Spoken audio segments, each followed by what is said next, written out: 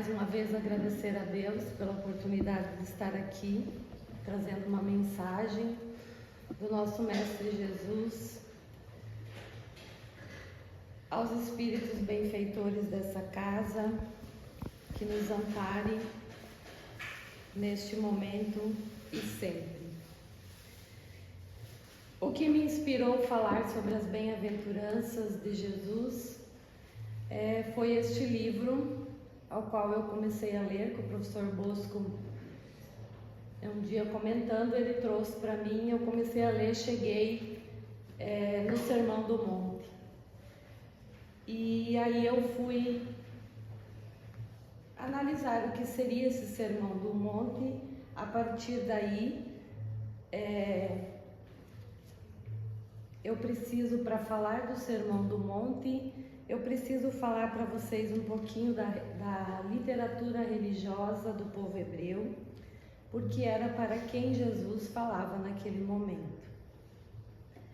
Então, quem eram os hebreus?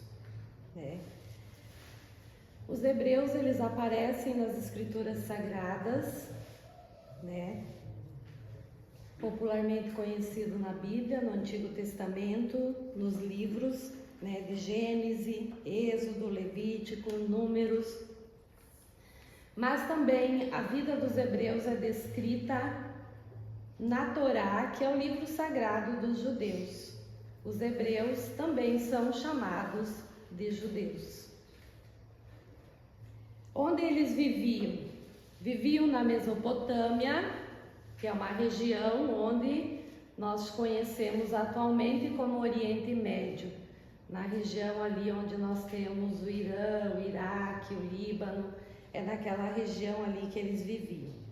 Então, no princípio, os hebreus, eles eram organizados em tribos, governadas por um patriarca. Mais conhecidos, quem já leu o Antigo Testamento, Abraão, Isaac e Jacó. Jacó também foi chamado de Israel, por isso que os hebreus também são conhecidos como israelitas. Por volta do ano 1800 a.C., segundo as escrituras, Abraão recebe uma mensagem de Deus, onde os hebreus deveriam acreditar num único Deus. A partir daí eles passariam a ser monoteístas, porque até então, na antiguidade, todas as civilizações elas eram politeístas, acreditavam em vários deuses. E a partir desse monoteísmo, Deus daria a eles um lugar seguro, uma terra fértil, que era chamada Terra Prometida, ou Canaã. Por volta de 1700 a.C., houve um período de seca prolongada e muitos hebreus migram para o Egito. E lá eles se tornam, ficam exilados, autoexilados, e algumas escrituras vão trazer eles como escravizados. Nesse contexto histórico surge Moisés, que foi um líder muito importante dos hebreus, que também recebe uma mensagem que seria para libertar o povo hebreu da condição em que eles se encontravam no Egito e levá-los de volta à Terra Prometida. É o que acontece. Chegam a Canaã, lá eles dominam aquele território, mas se dividem em 12 tribos, que aí eles eram governados por um chefe, chamado juiz. Esse período de monarquia, ele teve 3 monarcas que aparecem nas escrituras: Saul, Davi e Salomão. Esse período ele não durou muito tempo, foi de 1030 mais ou menos a 930 a.C. Com a morte de Salomão, houve várias revoltas no reino e novamente o reino é dividido em 2: o Israel ao norte e Judá ao sul. No século 6 antes do nascimento de Jesus, Nabucodonosor invade a região da Palestina, que é essa região onde eles se encontravam, e leva os judeus cativos para o seu território. a chamada, lá eles passariam 70 anos como cativos na Babilônia, até Ciro II da Pérsia os liberta. No século IV antes do nascimento de Jesus, aí nós vamos ter a marcha sobre Israel do exército de Alexandre. O exército de Alexandre o Grande, aí nós já temos o avanço do Império Romano para o Oriente. Pois bem, tentei resumir um pouquinho para vocês da história.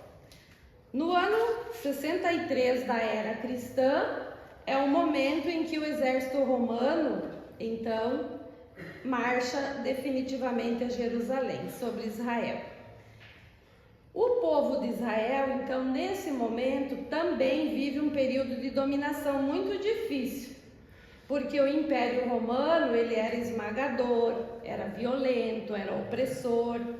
Então, a história deste povo, eles vão viver muitos levantes, que nós chamamos muitas guerras, nesse primeiro século. E isso promove, de certa forma, um ódio aí nesse povo. Então, o povo judeu sempre foi marcado por uma série de fenômenos de dominação. Se nós formos olhar pela história, os povos que dominaram aquela região, nós podemos citar os assírios, os egípcios, os babilônios, os macedônios e os romanos. Foram praticamente 5 processos amargos de dominação.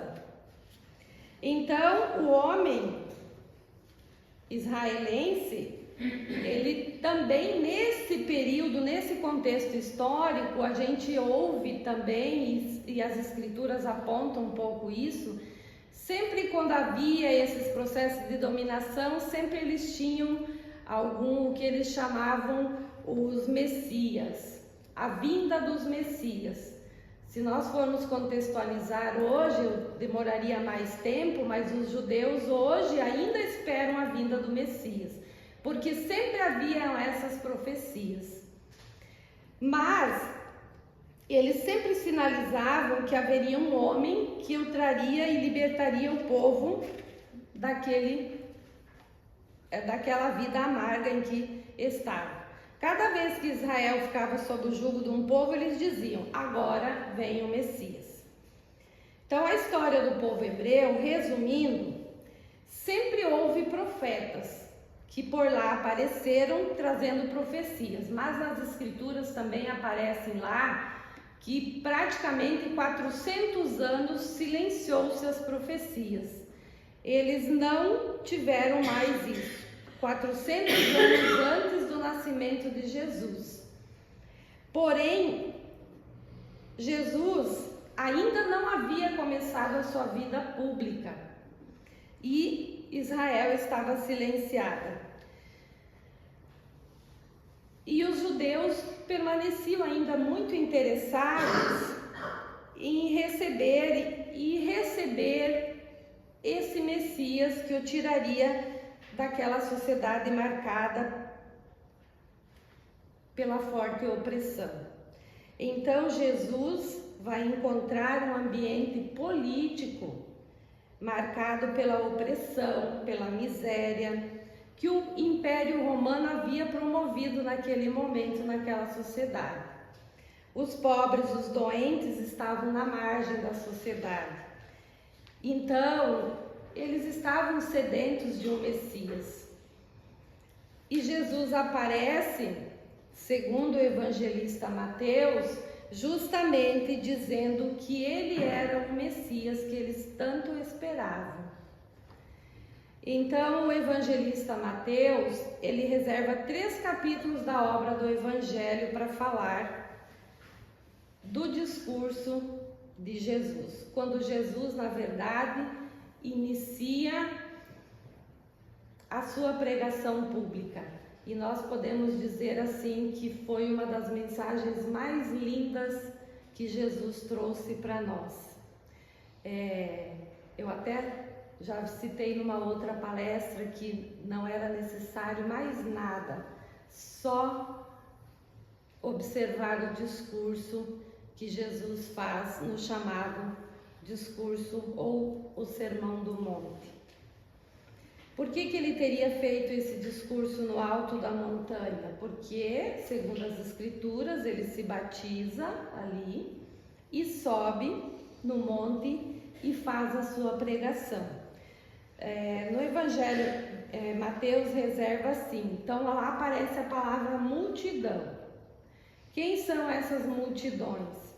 Então, aí lendo na literatura, a gente entende, e o Haroldo explica muito bem isso, que o capítulo 5, ele fala da multidão que seríamos mais para nós também.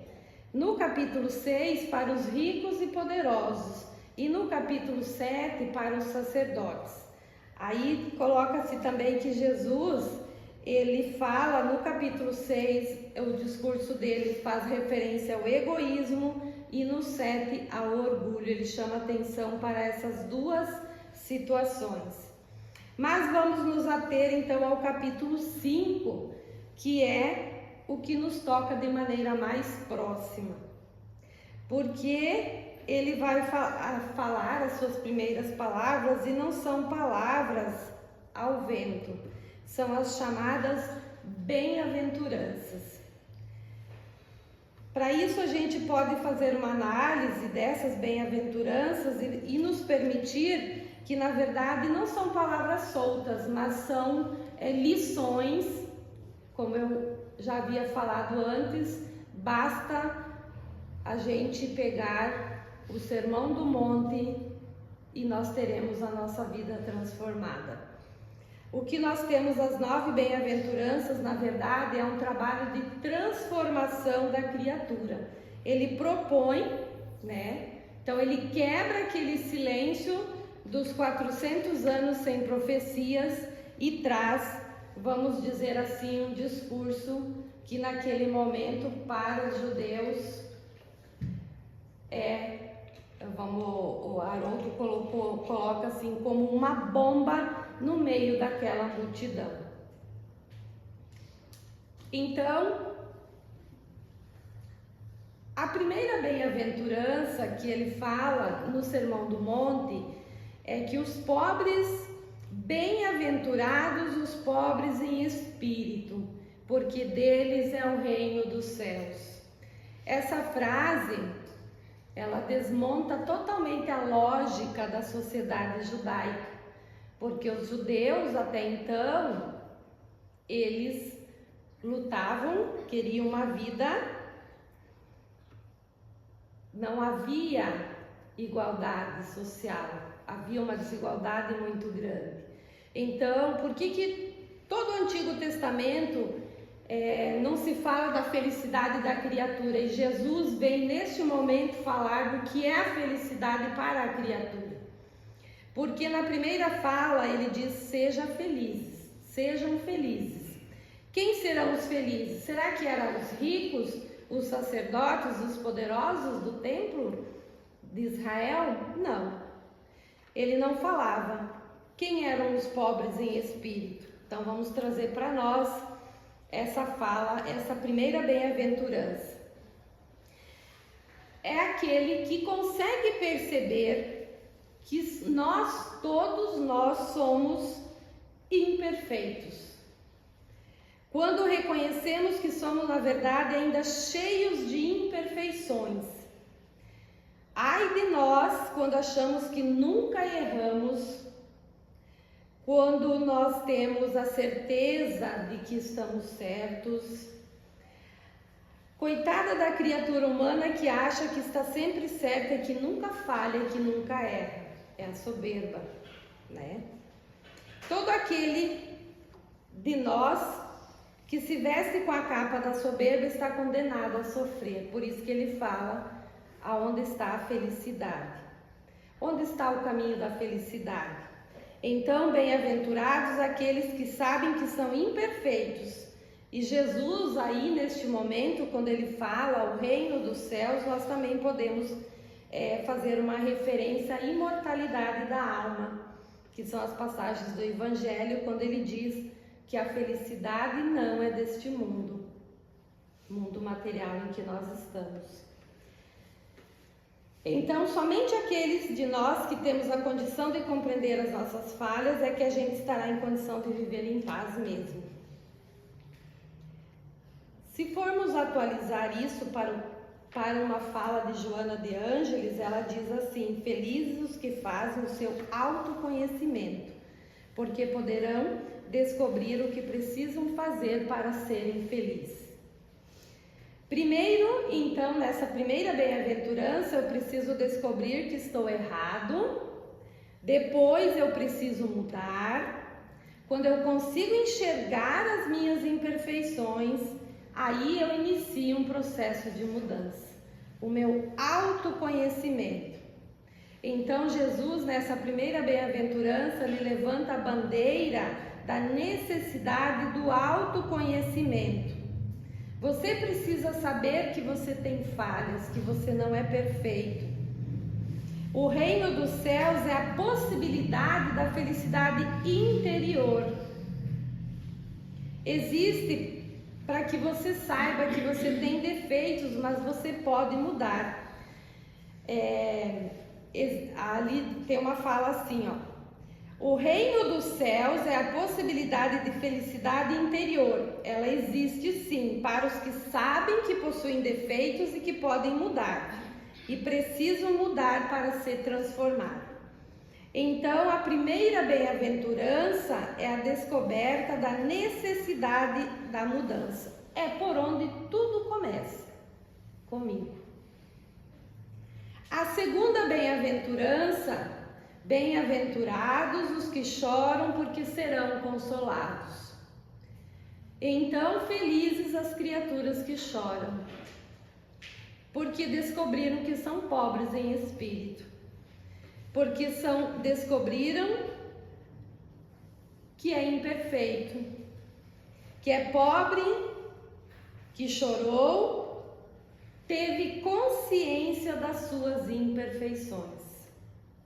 Então, a segunda bem-aventurança é o segundo degrau da sua transformação. O primeiro é descobrir que eu preciso mudar. A segunda é ter o contato com a minha dor, com o meu sofrimento, com as minhas imperfeições, é chorar a minha pequenez, porque nós somos tão pequenos diante da grandiosidade de Deus. Quando nós reconhecemos isso, nós choramos.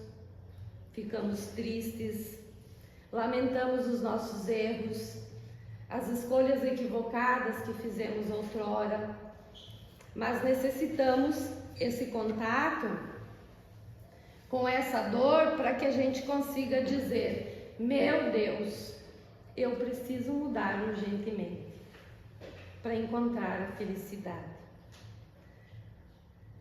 A terceira bem-aventurança diz: bem-aventurados os mansos, porque eles herdarão a terra. Então, o que é esperado para nós?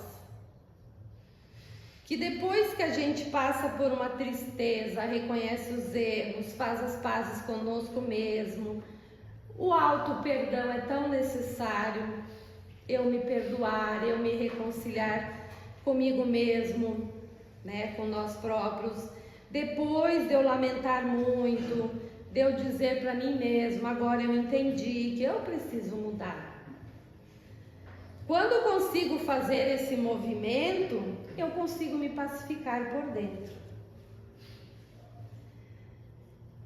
Aí, eu passo a ser manso, eu encontro a mansidão. A mansidão, bem-aventurados os mansos, porque herdarão a terra. A terra que será herdada vai ser por quem faça o seu processo de autodescobrimento. Fizer contato com a dor, realizar o mecanismo de mudança interior, promover o autoconhecimento, fazer contato com as imperfeições, aceitar que você precisa mudar, se pacificar consigo mesmo e estar em paz, me auto-perdoar.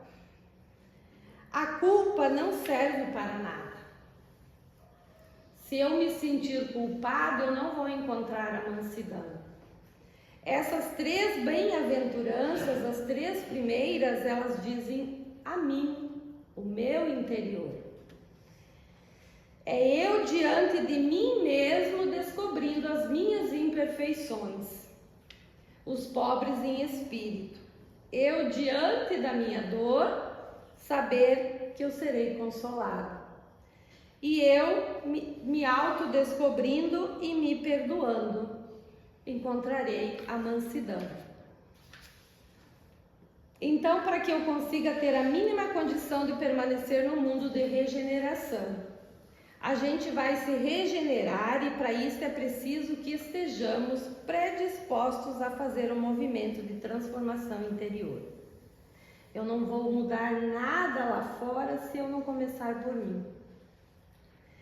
Essas 3 bem-aventuranças são para dentro.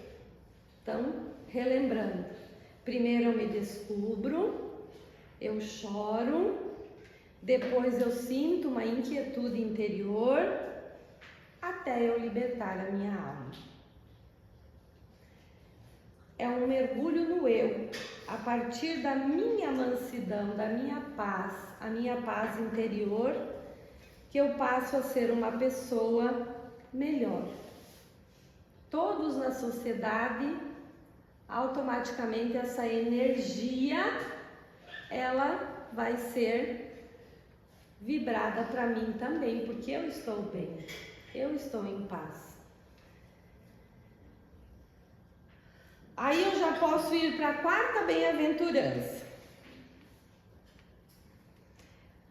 Bem-aventurados os que têm fome e sede de justiça, porque eles serão saciados. Quando eu inicio o processo de autoconhecimento, quando eu quero mudar, quando eu descubro um propósito superior para a minha vida, quando eu mergulho dentro de mim, faço esse movimento para fora, é para tentar resolver as coisas então pendentes fora de mim. Os meus atritos familiares, problemas às vezes com pai, mãe, irmãos, mágoas, aquilo que ficou desarrumado, que talvez eu magoei, os filhos, algumas atitudes que foram dolorosas para as pessoas à nossa volta. Então, bem-aventurados os que têm fome e sede de justiça. É todo o desejo que a criatura tem de pedir perdão, de arrumar as coisas erradas que ela fez. A chamada de Jesus nesse momento é que não fiquemos somente em nós mesmos. Vamos refazer os caminhos errados. Vamos para a vida, procurar as pessoas às quais nos equivocamos, magoamos. Procurar esses ensinamentos de Jesus como uma inspiração para as nossas vidas. Então, a 4ª bem-aventurança é como se eu dissesse assim: conserta teus caminhos, porque você tem sede e fome de justiça. João Batista já dizia: endireitei as vossas veredas, porque o reino dos céus está próximo. É a 4ª bem-aventurança: arrependei-vos. Aí vamos para a 5ª bem-aventurança: bem-aventurados os misericordiosos, porque eles receberão misericórdia. Isso era profundo ouvir para os judeus ouvir isso era muito profundo, porque eles não tinham misericórdia um pelo outro. Isso não era uma coisa comum. Porque eles vêm de um histórico de muitas guerras, de muita violência, de dominação. Então Jesus traz essa proposta: perdoai as pessoas. Bem-aventurança é eu conceder o perdão a quem me machucou, porque a gente não consegue o perdão e ficamos a vida inteira doentes. Desenvolvemos um monte de doenças quando nós guardamos a mágoa, quando nós não conseguimos perdoar, quando nós não conseguimos aceitar. E nós não damos conta dos problemas que carregamos, e aí a gente pergunta: meu Deus, o que foi que eu fiz que eu tenho tanto problema? Estou tão doente. É porque muitas vezes você guardou mágoa, você guardou ódio, você não perdoou, você tem revolta, ressentimento e você adoeceu, não só fisicamente, mas emocionalmente e espiritualmente. Aí já vem os obsessores que querem desejar o mal para você, e se você não se resolver, aí vem vamos dizer assim, a lei da reencarnação. Nós sabemos que nós voltaremos para resolver aquilo que nós deixamos a desejar, as leis divinas. Então, conceder o perdão liberta a nossa alma, nos sentimos leves e felizes. Sexta bem-aventurança. Bem-aventurados os limpos de coração, porque eles verão a Deus. Aí está a quinta bem-aventurança ligada na sexta bem-aventurança. Ligada na quarta, na terceira e na primeira. Se você pedir perdão, se você conceder perdão, você lava a sua alma. Você fica de coração limpo, e aí o que acontece? É aí que você encontra Deus. Quando estamos perturbados, Haroldo diz assim, quando estamos perturbados, nós não vemos as estrelas, nós não vemos a cor das flores, não sentimos sabores, nada está bom. Mas quando estamos de bem conosco mesmo, tudo fica mais belo, mais leve. Quando a gente nota a natureza, a gente está bem. Quando eu consigo ver a beleza do nascer do sol, do pôr do sol, quando eu consigo ver a beleza de uma flor, sem sentir ódio e raiva, eu estou de coração leve. Então, os que têm o coração limpo veem a Deus, porque enxergam as manifestações de Deus. As manifestações divinas estão presentes a todo momento em nossa vida, em sinais que muitas vezes nós não percebemos, porque não estamos prontos ou preparados ainda para perceber. É cego porque só os limpos de coração verão a Deus. São 3 bem-aventuranças para dentro e 3 para fora. 3 para dentro, que é o homem cuidando de si próprio, e 3 para fora é a relação dele com o próximo. Então, se eu já pacifiquei comigo, com o próximo, agora eu posso pacificar com a vida, com a sociedade. E eu vou para a 7ª bem-aventurança. Bem-aventurados os pacificadores, porque eles serão chamados filhos de Deus. Quem são os pacificadores? É nós que atuamos na sociedade. Nós temos o papel de pacificar a sociedade em que vivemos. Como está lá no último parágrafo do Livro dos Espíritos, tem uma citação de Santo Agostinho, que diz assim: jamais os bons espíritos foram os instigadores do mal, jamais aconselharam ou legitimaram os assassínios e a violência, jamais estimularam o ódio dos partidos, nem são bons, humanitários e benevolentes para com todos.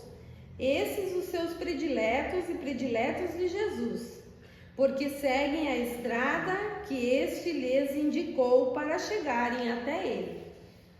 Veja só, está nos chamando a atenção. Ou seja, se alguém está propondo ódio contra outra pessoa, não importa quem seja, não está orientado por um bom espírito. Então, observemos as nossas companhias espirituais. Bons espíritos não sugerem ódio, violência, jamais foram instigadores do mal. O nosso papel na sociedade é pacificar. Então, bem-aventurados os pacificadores. Somos nós mesmos quando procuramos pacificar a sociedade, o lugar onde estamos. quando não estimulamos o ódio, o rancor, a desunião. A oitava bem-aventurança. Bem-aventurados os perseguidos por causa da justiça, porque deles é o reino dos céus. Bem-aventurados nós seremos quando o mundo vier contra aqueles que querem fazer justiça. Nós sabemos que na sociedade depende as nossas atitudes, as nossas ações pacificadoras. Nós não somos bem vistos por aqueles que não querem a justiça divina ou que não seguem o caminho que Jesus nos ensinou. Muitos acham que estamos errados quando nós queremos consertar o mundo. Acham que não vale a pena, que estamos perdendo tempo. Deixa pra lá, isso não vai mudar. Quantas vezes nós ouvimos isso? Nos desestimulando a mudança, a pacificação e a justiça.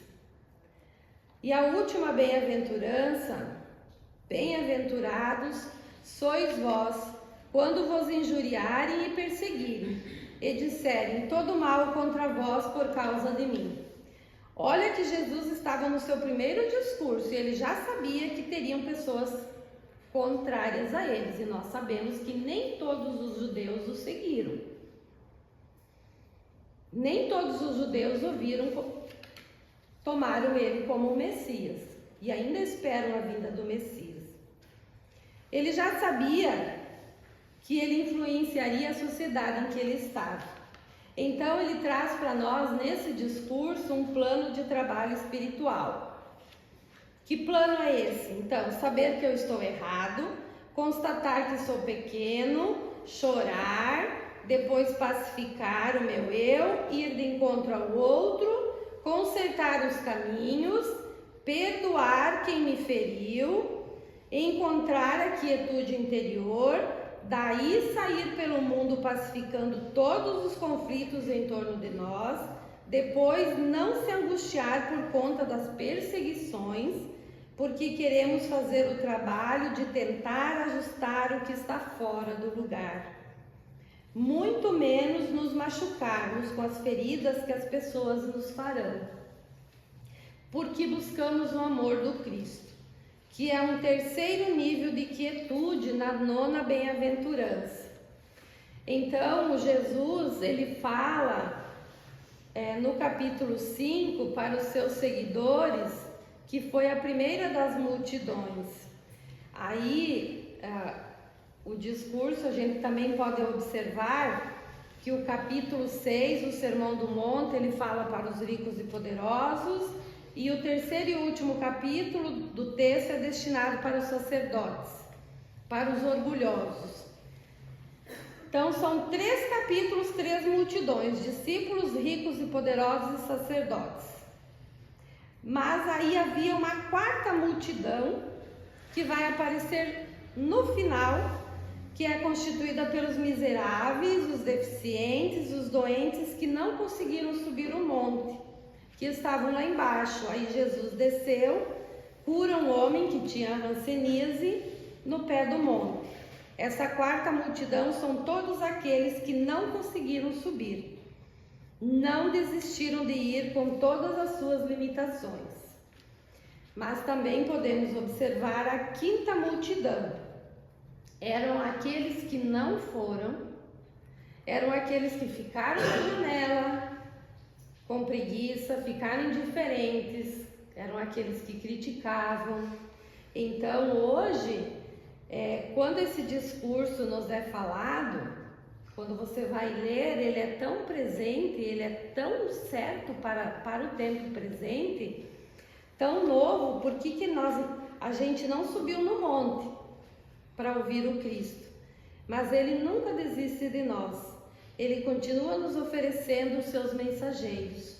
Ele continua nos oferecendo uma forma de termos contato ao longo dos séculos, ter contato com a sua mensagem.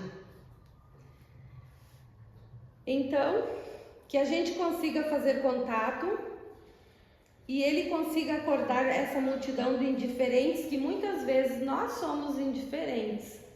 Quantas vezes nós ouvimos o Sermão do Monte e nunca prestamos atenção?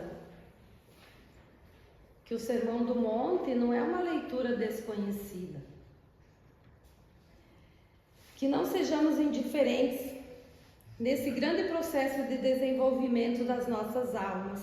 Por isso nos reunimos sempre para lembrarmos essas passagens, mesmo que seja aqui na casa espírita ou em casa no Evangelho no Lar.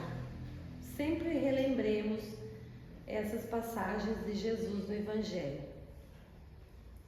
Então, para finalizar, sempre agradeçamos a Deus pela oportunidade que Ele sempre nos concede, né? Estarmos aqui ouvindo, temos a oportunidade da literatura, do Evangelho, os seus mensageiros, não deixa de ser uma oportunidade que Ele nos concede, né? Rogando ao Senhor que nos abençoe as nossas vidas, que o Senhor dos nossos corações oportunize as nossas almas, o efetivo aproveitamento das oportunidades que nos concede, para que não passe despercebido diante das nossas possibilidades de serviço a chance de amarmos a nós próprios, libertando os nossos corações da culpa, quebrando as algemas do remorso e oferecendo às nossas almas o alto perdão, que há de nos conduzir à compreensão das nossas responsabilidades, mas no desejo positivo de inaugurarmos uma nova fase nas nossas vidas, oferecendo tudo de nós em favor dos nossos próprios corações. Agradecemos ao Senhor pelo lar que nos concedeste, pelas possibilidades de dividirmos a existência com almas que hoje fazem parte da nossa história doméstica. Que o Senhor, na tua imensa sabedoria, oferecesse aos nossos corações a possibilidade de, através desse contato, conseguirmos também cicatrizar as feridas que trazemos dentro de nós, mesmo que experimentamos a dor, oportunizando a cada dia o dom de pedir e conceder perdão, de restaurar as relações rompidas, de produzir a cicatrização das nossas chagas, oportunizadas pela divisão das nossas vidas debaixo do mesmo teto. Rogamos sempre ao Senhor que nos auxilie em nossa vida, para que possamos ser úteis ao mundo em que vivemos, oferecendo das nossas almas a melhor porção dos nossos corações para a pacificação das almas e a possibilidade de serviço, e para que consigamos desenvolver um propósito de justiça e de amor, que é o que está no Sermão do Monte. Que os ensinamentos de nosso Mestre Jesus, então, nos inspirem todos os dias, todos os momentos, todas as nossas ações. Lembremos dos ensinamentos dele e pacifiquemos as nossas almas. Agradeço a todos pela atenção. Obrigada.